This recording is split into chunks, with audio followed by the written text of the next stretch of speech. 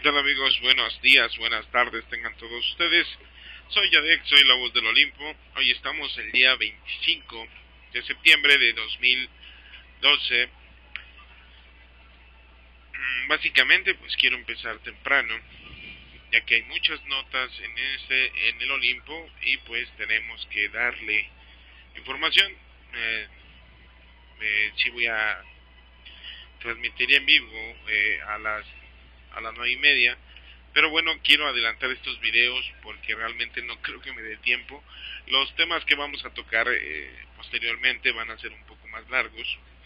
Y pues vamos a ocuparle un poquito de tiempo ahorita que estoy desocupado. La primera nota que tenemos el día de hoy, 25, es un video de Reporte Índigo de la edición 110, la historia negra de Oscar Naranjo. Bueno, ustedes se preguntarán quién demonios es Oscar Naranjo.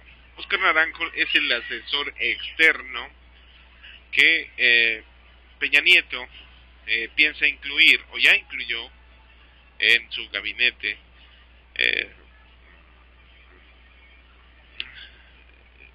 Básicamente toma el tema de quién es realmente el legendario general colombiano, que fue premiado como el mejor policía del mundo, pero hay un experto habla del por qué se le debió este nombre que realmente no se lo merece. La llegada de este legendario general, como les menciono, al país no es bienvenida para todos. Es un grupo de padres de familia lo señala como el responsable del asesinato de sus hijos en Ecuador en el 2008. Este señor tiene un pasado oscuro. Básicamente él fue acusado y es acusado en Colombia de perpetrar estos actos horrorosos de haber matado a esta gente en el 2018, y muy aparte explican el porqué de su fama. Básicamente es el único coronel condecorado en Colombia, por el cual lo galardonaron como el policía mejor del mundo. Pero realmente no se enmascaran aquí realmente quién es este señor, que más que dedicarse a combatir, se dedica a negociar con los grupos del narcotráfico que existieron en Colombia y que existen actualmente, y que ahora quiere básicamente hacer lo mismo en nuestro país. Mucha gente habla que se está violando la Constitución, ya que la seguridad nacional, como está estipulada en nuestra Constitución, básicamente es responsabilidad de nosotros, de los mexicanos, pero el tener un asesor lo muestran como una intrusión de parte del extranjero para controlar de cierta manera los grupos del narcotráfico que existen en México. Está el video aquí en el Olimpo redifundido, véanlo, está muy bueno. Es algo que ya sabíamos de este señor, pero bueno, nos vuelven a reafirmar para que no se nos olvide quién es. La siguiente nota que tenemos aquí es de Animal Político, redifundida en el Olimpo. Derecho a huelga, outsourcing y pagos por hora que no son reforma laboral, temas a discutir. Ha quedado mucho de qué hablar lo que es la reforma laboral. Muchos lo señalan que es igual a esclavitud, porque no ataca puntos reales, no es una cura real. Lo único que ataca esta reforma es bajar los costos, pero a costa de los de por sí que tenemos un salario muy bajo, aún abaratarlo más. Esta reforma laboral, si se llegara a pasar, que lo más probable es que estos hijos de la chingada lo hagan, básicamente nos dejarían con una mano adelante y otra atrás. ¿Por qué? Porque dejarían al empresario la directriz de contratarte, de tener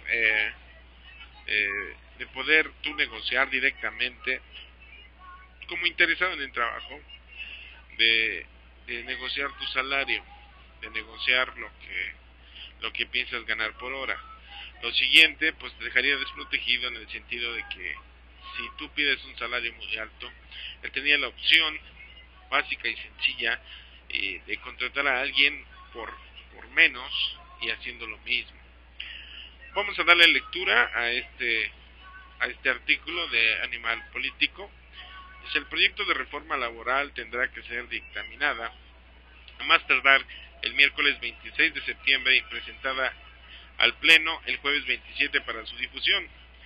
Transparencia y autonomía sindical. Dice: el derecho a huelga, nuevas formas de contratación como los outsourcing o pago por horas, permisos por paternidad, la flexibilización de los esquemas de contratación y despido, y que se respete y cuide, que no se violente el artículo 123, del cual se establece toda persona tiene derecho a un trabajo digno y socialmente útil. Esos son los temas centrales que incluyen en el proyecto de este dictamen de la reforma laboral, que fue entregado a los 30 diputados que integran la Comisión de Trabajo y Previsión Social, con el fin de que hoy, a partir de las 10 horas, comience la discusión de esta iniciativa. Eliminan requisitos para que se instale una huelga, de la forma original propuesta por el presidente Felipe Calderón, que se eliminó la lista de requisitos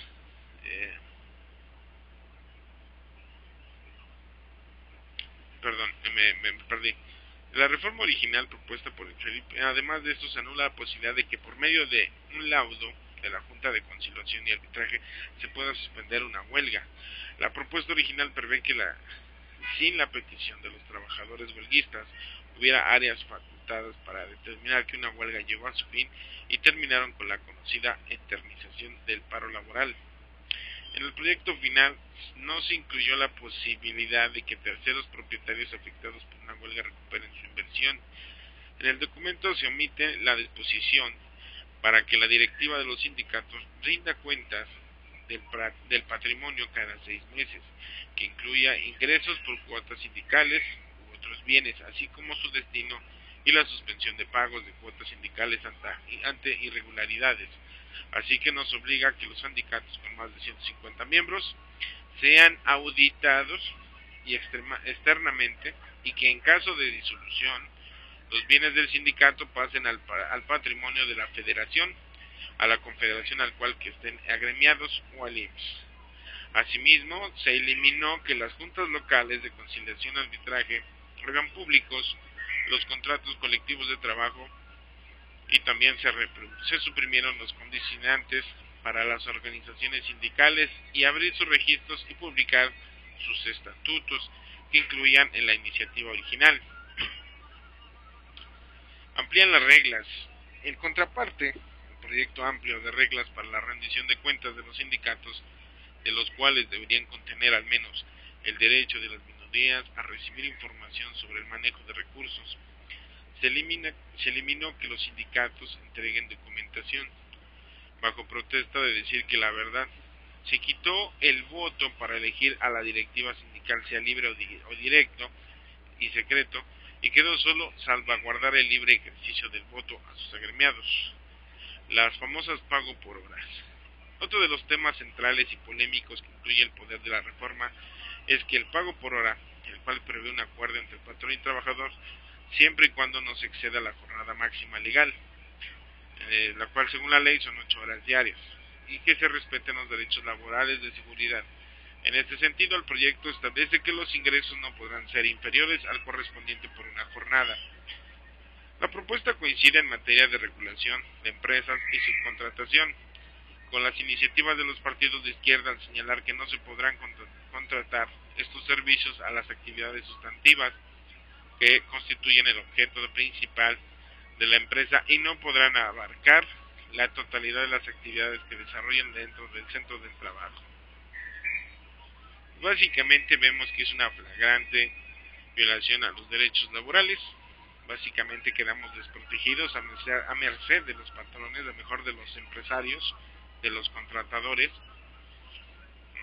¿Por qué? Porque con una mano en la cintura nos pueden correr sin más ni menos el pasarse esta reforma. Claro que ayer ya lo habíamos comentado, pero es un poco reiterativo, pero no cabe duda hacerlo recordar. Perdón. La siguiente nota que tenemos aquí en el Olimpo es de la revista med.com, redifundida aquí en nuestro blog. De nuevo, la encrucijada, proyecto neoliberal de Peña, proyecto nacionalista de AMLO. México se debate entre dos proyectos y programas de país, completamente diferentes y encontrados. Por un lado están los programas de clase política gobernante, no solo por la representada por los panistas que han administrado en los últimos 12 años, sino también la de los políticos priistas, que permitieron y respaldaron la aplicación de políticas neoliberales y de subordinación de la nación de los intereses del gobierno. La cúpula empresarial de los Estados Unidos, educados y doctrinados en ese país y que ahora se prestan a tomar las riendas en el retorno al poder nada extraño, presuntamente pactado desde los principios del siglo. Por otro lado se encuentran los académicos políticos nacionalistas, que postulan un proyecto propio, un modelo de desarrollo a la mexicana, con tintes estatistas y nacionalistas, educados principalmente a la Universidad Nacional Autónoma de México. Las universidades estatales del país, un grupo que por desgracia es minoría en el Congreso de la Unión. En el grupo, en el poder, con Felipe Calderón a la cabeza, y en el que habrá de sucederlo con Enrique Peña Nieto como nuevo inquilino en Los Pinos, tiene claro hacia dónde debe de ir México, hacia la complementación de la economía de Estados Unidos con un papel de absoluta subordinación a sus intereses geopolíticos, por lo que han hecho hasta lo imposible por cumplir los dictados de Washington. Por eso no es extraño que en los últimos días de su gestión Calderón insista en que Peña Nieto no tiene más opción que mantener el combate del crimen organizado. Precisamente en Washington, el hijo desobediente sostuvo que el influyente Consejo de Relaciones Exteriores, que la otra alternativa es que el próximo gobierno se eche para atrás y le dé la mano libre a los criminales. Ahí el michoacanazo también surgió que Pemex, suculento bocado para las transnacionales, se abra un poquito a la iniciativa privada y diga que Peña tiene una ventana de oportunidad para concretar la reforma paraestatal. Tampoco extraña que el presidente electo, en su gira por Sudamérica, siga los dictados del Departamento de Estado de Estados Unidos y trabaje a favor de alianzas estratégicas en Latinoamérica y garantice el desarrollo de los países en momentos de crisis financiera mundial, es decir, que sigan la misma órbita del sistema financiero internacional anglosajón y cancelan otros caminos y acercamientos con otros bloques económicos como Europa o China, que confirmen en Lima, Perú, que continuará el trabajo de la actual administración en materia de combate al crimen organizado, aunque con un replanteamiento de estrategia que sostenga que deban darse los consensos políticos para sacar adelante dicha reforma laboral y que manifiesten su intención de llevar a cabo una reforma energética para modernizar a Pemex. No extraña porque es el mismo proyecto de nación, es decir, la de su subordinación al capital estadounidense. Pues lamentablemente siempre nos han manconeado Estados Unidos y pues para la prueba pues básicamente es esta, doblar las manos. El PRI siempre las dobló. Los 70 años que estuvo gracias a Estados Unidos, al respaldo de Estados Unidos, sabían las porquerías que hacían, y aún así Estados Unidos, porque le conviene, porque le vendieron todo, porque han invertido mucho, porque han obtenido muchas ganancias, respaldan al partido del PRI. La siguiente nota de revista EMET es un poco lo del video que posteamos de Reporte Índigo sobre Óscar Naranjo Cava, Óscar Naranjo, con el título Óscar Naranjo cava su propia tumba con Enrique Peña Nieto. El colmo de la insensatez al general de la política, no del ejército colombiano, Óscar Naranjo hizo una referencia digna de protestas de todo tipo, señalando que se ha emprendido una campaña en su contra, denostándolo. Surgida de las filas de la delincuencia de los narcotraficantes. Don Óscar parece pretender ocultar un pasado que lo entierra y que no se formó en esa tierra sino en la suya, desde donde es totalmente criticado por proteger precisamente a las mafias y de que entre ellas a las que le conviene a los Estados Unidos. Se advierte que en nuestro país hará exactamente lo mismo con el ingrediente que ya ha sido contratado por el instituto emblemático de la derecha y de los capitales nada socialmente responsables que se ubican en Nuevo León.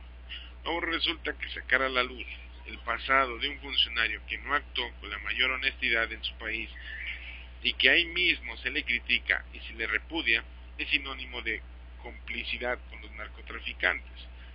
Por lo pronto, sus nada discretas actuaciones, la contratación de la que fue objeto que desnuda la presencia de agencias estadounidenses en nuestro país con toda la operación encubierta, las declaraciones ofensivas de su nada grata presencia han obligado a que el equipo de Peña señale que no será asesor directo como se planteó y presumió por parte del mexiquense hace apenas unas semanas, y al parecer puede ser que, como en el caso del ejecutor del Renave, tenga que salir por cuerdas y después lo veamos en el banquillo de los acusados. Ojalá no sean sin muertitos de por medio. No sé si se acuerdan ustedes del famoso Renave. Era un instrumento donde el gobierno implementaba que si tú pintabas tu automóvil, le cambiaban los rines, cualquier estupidez, tenías que pedir permiso y pagar por ello.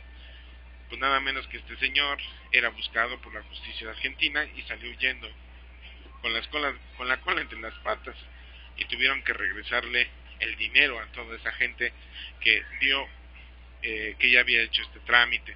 ¿Por qué? Porque en ese tiempo te amenazaban que no podía circular con ese tipo de cosas. Esperemos que este señor se largue antes de lo previsto.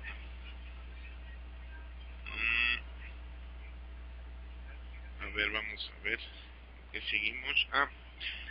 Seguimos en la muerte de Alfonso Lucambio, del informador.com, fue difundida en el Olimpo. Deja detrás, pues sí, en la mañana nos enteramos todos, algunos sí, otros no, que el señor Alonso Lucambio murió el día de hoy. Deja atrás sí una polémica, ejemplo de lucha, yo no veo cuál, y una silla vacía en el Senado, eso sí es verdad. El exsecretario de Educación, Lucambio, falleció la madrugada de este martes a los 50 años de edad debido al cáncer de médula que lo aquejaba desde hace algún tiempo. Se confirmó en la oficina del senador. De acuerdo con la información, los restos del legislador por el partido del PAN serán llevados, o fueron ya llevados, al Panteón Francés, ubicado en la Alejaria 448, Colonia Pensil Norte, Delegación Miguel Hidalgo. Allí se realizarán los servicios fúnebres. Como secretario de Educación, entre otros, promovió políticas para aumentar la calidad de educación. Si se recordarán, una de sus políticas era ver la tele. Seguimos con la nota. La conformación y activación de consejos escolares y de participación social en las escuelas públicas de educación básica en el país. Fue precandidato a la presidencia del PAN, mientras se encontraba hospitalizado en el Instituto Nacional de Ciencias Médicas, Nutrición Salvador Subirán, debido a una insuficiencia renal severa. En noviembre de 2011 se le detectó la múltiple fase inicial, ahí inició el tratamiento para su control. A causa de esto, el 16 de marzo, Alonso Lucambio renunció al cargo de secretario de Educación Pública, sucediéndolo en el cargo del exsecretario de Salud, José Ángeles Córdoba.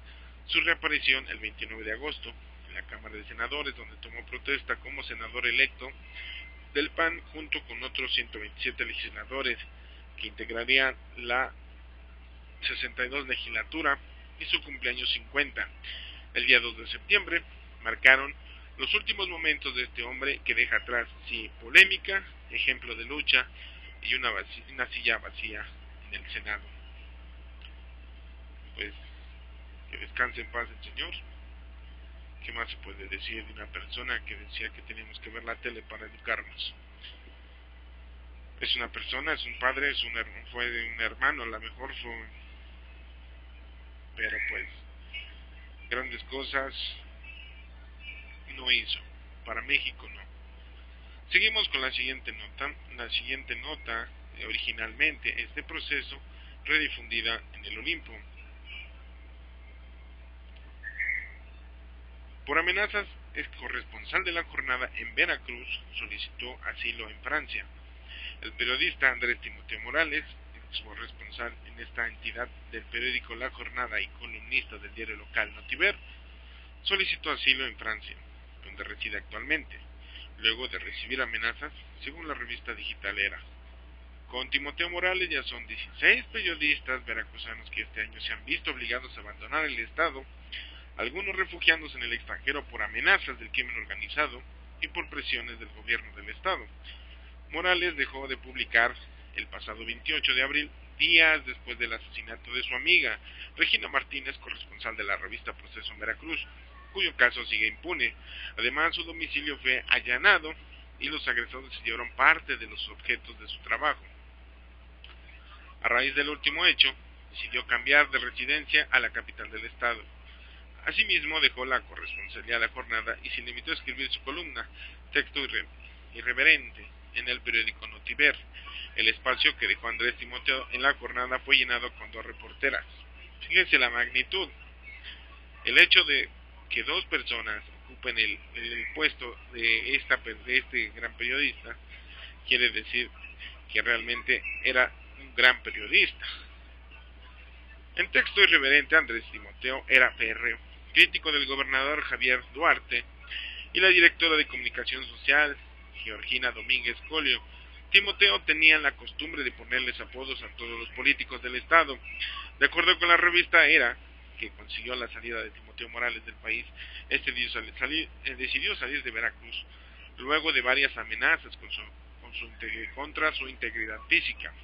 Hasta donde se sabe, Timoteo Morales ha recibido asilo en Europa, concretamente en Francia, gracias al apoyo de organismos de defensa de periodistas latinoamericanos, en especial mexicanos y veracruzanos, que son los que más ataques han recibido en el último año.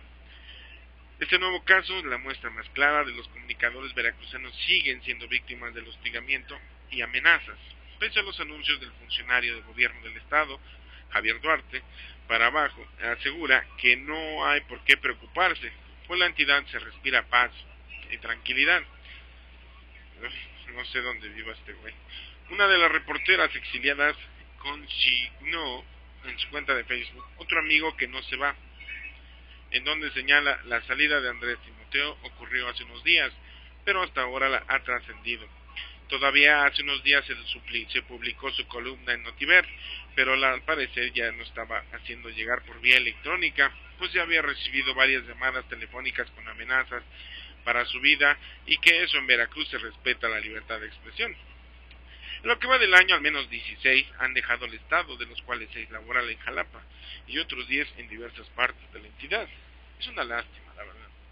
Quiero hacer un paréntesis aquí enorme, porque realmente cuando Jalapa 2000 era una ciudad muy tranquila, tranquilísima, podías caminar a la hora que se te diera la gana, a las 3 de la mañana, a las 6 de la mañana, a las 2 de la mañana, a las 8 de la noche, a cualquier hora. ¿Había delincuencia? Sí. Había un asalto a alguna farmacia, algún loco que había matado a alguna persona, pero no más. Realmente algún que otro carterista y nada más. A partir de la llegada del no recuerdo su nombre, del gobernador que estuvo antes, Fidel Herrera, todo acabó. Básicamente la salida del gobernador de Miguel Alemán, llegó posteriormente, si no mal recuerdo, Fidel Herrera, y se acabó Veracruz poco a poco. Y pues realmente Veracruz, Jalapa, muchas partes han llegado a ser uno de los lugares más peligrosos del país, gracias a los gobiernos que cobijan todo este desmadre de corrupción. Vamos a ver qué andamos de tiempo. Llevamos 25 minutos. Hago una pausa para dividir el primer video y continúo con el segundo, y posteriormente vamos a estar al aire a las 9:30 de la noche.